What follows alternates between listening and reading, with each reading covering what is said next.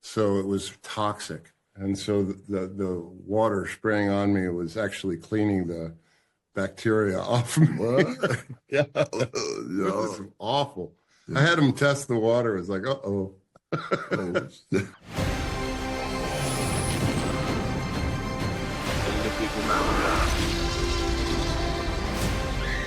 we're going, we don't need roads. Corman, always an honor, sir. Welcome home. And Mr. Robbins, I've always wanted to speak with you, sir. It's an absolute honor. Thank you both for taking the time. Thank you for having us. Great to see Absolutely. You know, one of the biggest themes that I feel like hangs over this story is this idea of what if everything you knew to be true was just one big lie? And I feel like, at least for myself, growing up, we all dream of what Hollywood must be like, what a dream movie making must be. I'm curious, once you guys got into this industry, what was, for lack of a better word, in a fun way, what was the biggest lie about Hollywood? What was the biggest difference between what you thought was going to be true as an actor versus what the actual reality of it was? I caught a good wave. I caught the end of that 70s filmmaking wave, you know, where there were still mavericks and gamblers and people ready to do films that, you know, didn't have algorithms and stuff they figured out, and just people that took chances. And so I was just thrilled by it. I was thrilled by the idea that you could make a living at it. I was thrilled by the idea that the crews that you were working with had families, and, you know, that this seemed like a family business. That, however, has changed. And it's gotten more and more bottom line. And, you know, I think it degrades the humanity of the profession. And so I'm not sure what your experience was coming into it, but I had my dream fulfilled, and then slowly chipped away at. Not in a, you know, listen, I have nothing to complain about, but I see the commodification of culture, and I'm not sure that's healthy for the future. Yeah. Well, I guess, you know, I seen eventually that a movie star may not be a movie star forever. I mean, they, you know, might be a movie star for a certain amount of time and you'll be celebrated, but then, you know, the industry, like in Hollywood, happens in music, happens in many forms of entertainment.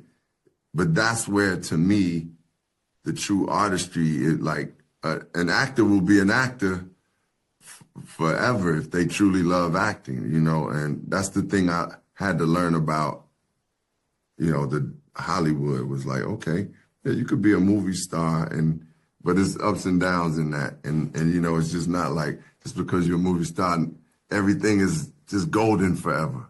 I think that was one of the things that I discovered from being in this.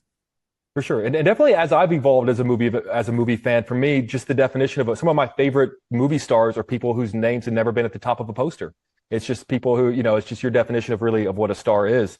Mr. Robbins, right here in Chicago, just last week, I got to sit down and have a long form conversation with a man named Roger Deakins, who I think, talk about great movie stars. I host a series here in Chicago called The Moments That Made Us, where I look back on some of the greatest movie moments of all time with the people who made them possible. And he told me something interesting. He said that 30 years ago, he said, you're the one who came up with the idea of that iconic shot from the Shawshank Redemption with the rain falling on you after you escape from the prison. And that just sort of, everyone in the room, their jaw dropped. And I'm just sort of curious what you remember about that day. And is it true that you're the one who came up with that shot? Yes, it is. And I also brought Roger onto that project because I was working with him on Hudsucker Proxy at the time, and when I got the script for Shawshank, and it was a first-time director, so I asked in the contract that I have cinematographer approval, and they gave it to me, and so I gave it to Roger because I just loved his work. And from the start, in 1984 was one of the first films he did. What a genius! Man. And then he went on to shoot Dead Man Walking for me. But yeah, that was my idea, and it was thank God, because what I fell into coming out of that pipe was runoff from farmland. So it was toxic. And so the water spraying on me was actually cleaning the bacteria off me. What? Yeah. Yo. It was awful. I had them test the water. It was like, uh-oh. Wow, that's crazy. I feel like I'm never going to look at that scene the same way. I can't. It's cleansing the poison off of it. Unbelievable. Gentlemen, this is a show that I love so much, and I've had to actively yell at my friends who've read the books not to spoil it for me because I want to organically experience it.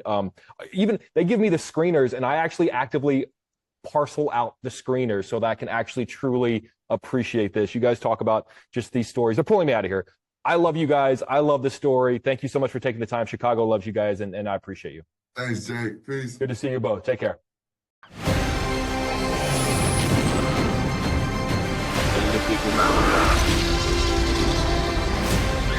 Where we're going, we don't need roads.